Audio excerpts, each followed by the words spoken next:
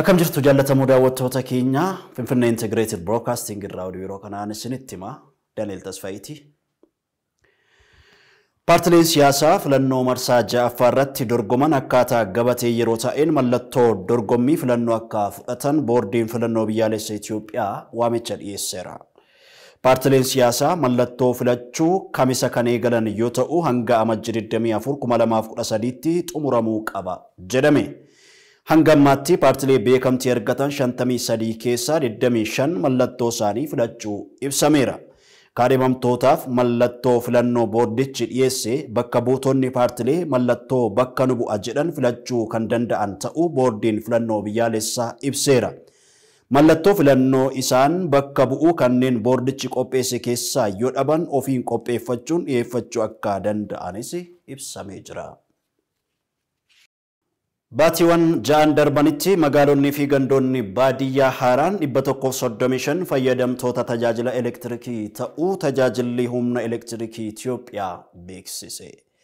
Baatiiwwan ja'an darbanitti maamiltoonni haaraan 100 fi 4211 tajaajila humna elektirikaa akka argatan taasifamuu himameera. Uwwisa tajaajila humna elektirikii biyyattiitti waliin ga'uuf tattaaffii taasifameen baatiiwwan ja'an darbanitti magaalonni fi gandoonni baadiyyaa haaraan 135 fayyadamoo ta'aniiru jedhame. Tajaajila humna elektirikaa irraa walakkaa waggaatti galiin birrii biliyoona 9.2 argamus ibsameera. Hanga kurmaana lammaffaatti galii tajaajilicharraa galchuuf karoorfame keessaa 82 milkaa'uu dhaabbatichi beeksiseera. Himatawwan ja'a Jawaar irratti banaman akka adda citan murtaa'e. Himatawwan 10 namoota galmee Jawaar Mohammad jalatti himatan 24 irratti dhiyaatan keessaa ja'a akka adda citu manni murtee dabarsee jira. Sooniyaa Mohammad gabaasa BBC isinitti himti. Himatawwan adda akka citan taasifaman obbo Jawaar Mohammad dabalatee namoota 12 irratti labsii bulchiinsaa fi to'annoo meeshaa waraanaa 1177 muraa 2012 bu'uura godhachuun kan banamanidha. Manni murtii olaanaa federaalaa damee lidataatti dhaddachi farra shororkeessaa fi yakkootaa dhimma heera tokkoffaa galmee obbo Jawaar Mohammad namoota 24 jalatti himataman ilaalee jira. Manni murtichaa dhaddacha amma dura amajjii 4 bara 2013 ooleen abbaa alangaa himatawwan garaagaraa akka fooyyessu ajaja kennee ture. Haa ta'u malee abbaan alangaa himatawwan biroo fooyyessuusaa beeksisuus himatawwan lakkoofsa 5 hanga 10 jiran akka labsii bulchiinsaa fi to'annoo meeshaa waraanaa 1177 muraa 2012 bu'uura godhachuun banaman fooyyessuu akka hin barbaadne mana murtiitti iyyatee jira. Manni murtichaas daangaa yeroo yakkichi itti raawwatameera jedhamee yeroo ce'umsaa kaa'ame waan ta'eef dhimmichi labsii kana jalatti ilaalamuu akka hin dandeenye murteesse. Haaluma kanaan himatawwan labsii bulchiinsaa fi to'annoo meeshaa waraanaa 1177 muraa 2012 bu'uura godhachuun dhiyaatan hundi akka adda citan manni murtichaa ajajee jira.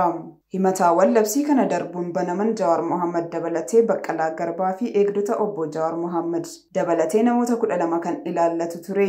Himatawwan jaha haqamaniin alatti kanneen tokkoffaa hanga ja'affaa jiran seeraa yakka bara 1996 bahe labsii yakka shororkeessummaa ittisuu fi to'achuu bahe 1176 muraa 2012 fi labsii burjaajii telekoomii lakkoofsa 761 muraa 2004 kan ilaallatanidha. Gama biraatiin jechi shanee jedhu himata keessatti eerame nama dhuunfaamoo garee agarsiisa kan jedhu abbaan alangaa himata isaa keessatti akka ibsu manni murtichaa ajaja kennee ture. Bu'uura kanaan abbaa alangaa jechi shanee jedhu garee kan agarsiisu akka hin taane mana murtiif ibsa kenneera. Kana malees himatamaa sadaffaa obbo Hamzaa Adaanaa ilaalchisee miidiyaalee garaagaraatiin fayyadamuun uummata kakaaseera kan jedhu miidiyaalee isa kam akka ta'e abbaa alangaa himata isaa keessatti akka eeru manni murtii ajajee ture. Abbaan alangaas miidiyaa OMN fi miidiyaalee hawaasummaa dhuunfaa isaa fayyadamuun akka ta'e himata fooyya'ee irratti himameera. Manni murtichaa himatawwan fooyya'an erga himee booda himatamtoonni yakkicha raawwachuu fi dhiisuu isaanii akkasumas balleessaa raawwachuu fi dhiisuu isaanii jecha fudhachuuf ture. Haa ta'u malee abukaatowwan himatamtootaa jechi fuudhamuu isaan duratti himatichi sirriitti fooyya'uu isaa ilaaluuf beellamni biraa akka kennamuuf gaafataniiru. Manni murtichaas yaada abukaatowwanii fudhachuun amajjii 19 bara 2013 beellama qabatee jira.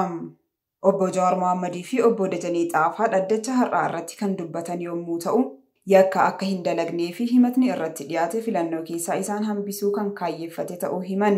Nuti yakka akka hin dalagne abbaan alangaa ni beeka kan jedhan obbo Jawaar Mohaammed filannoo itti aanu irratti yoo hirmaatan nagaa fi tasgabbii biyyaaf gaarii ta'uu himan.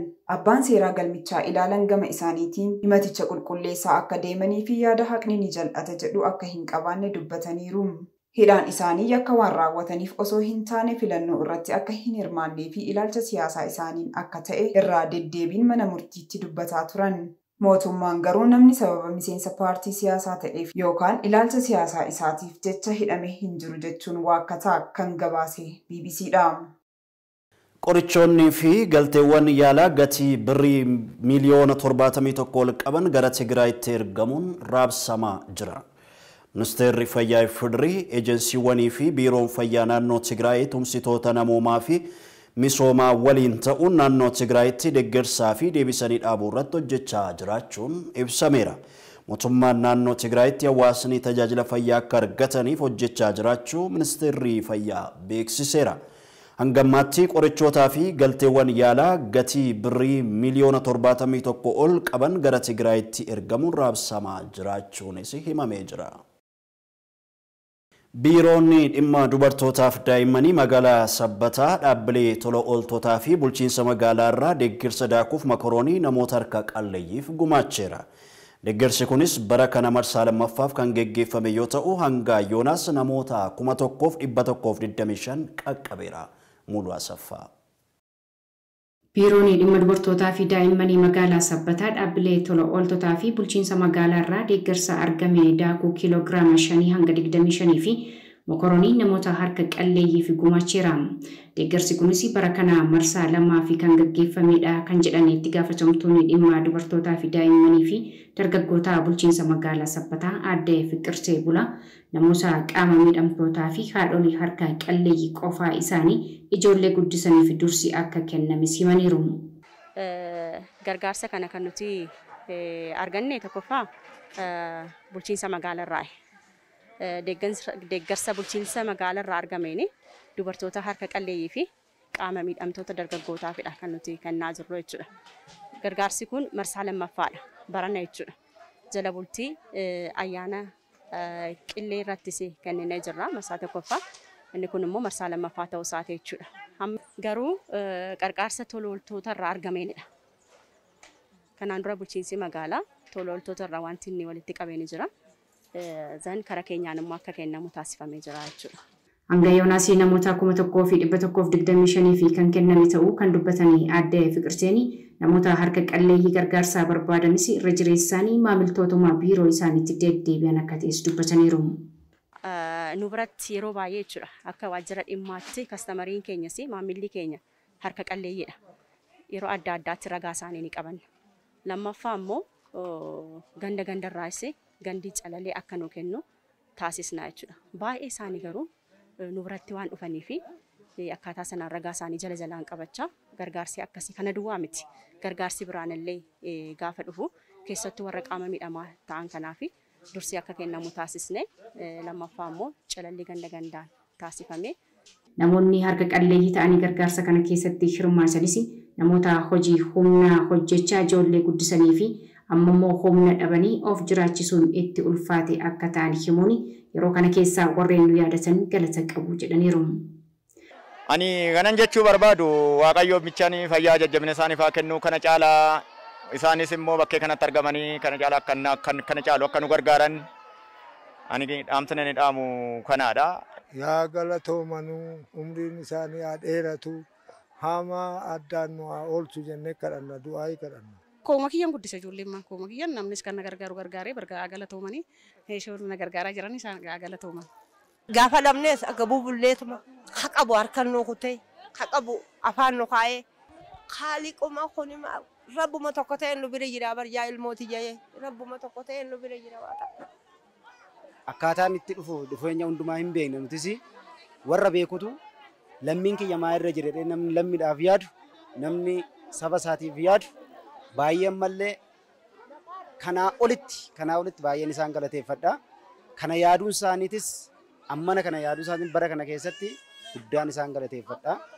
Gargaarsi kun kan yerooti kan jedhan namoonni kunneen fuula dura harka nama biroo eeggachaa jiraachuu jalaa akka baanuufis nuuf yaadamuu qabas jedhaniiru. Maal gochuu dandeenya ilatiidhaaf malee ani sirii fuulduratti waan nu godhu hin qabu. Kun humna hin qabnu humna keenya gadi deemaa jira malee ol deemaa hin jiru.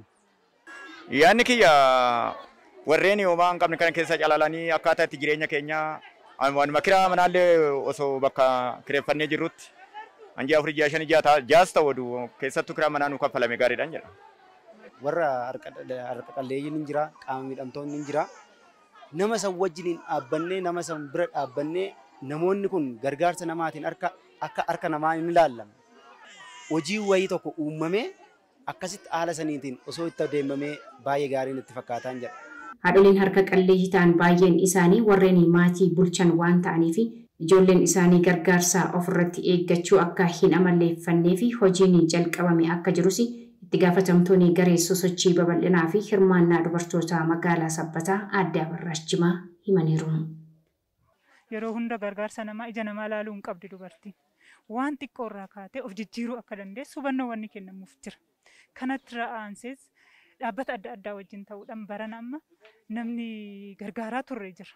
Ijoolleen dubartoonni akka hojiitti galan dubartoota naannoo 62 qarshii muraasni wa'ii kennamee fi daldala irratti daldala adda addaa horsiisa hoolaa irratti horsiisa hindaaqoo irratti akkasumas gabaa keessatti daldala xixiqqaa irratti akka galawwanni ta'ee jira. Kun waan xiqqootti kennine boru hojiitti galanii yeroo hojiitti galan sanirraa qusatanii ijoollee isaanii ija namaaf fuuldura dhaabbachuu akka hin qabne wanni hubannoo kennaafii jirus jira.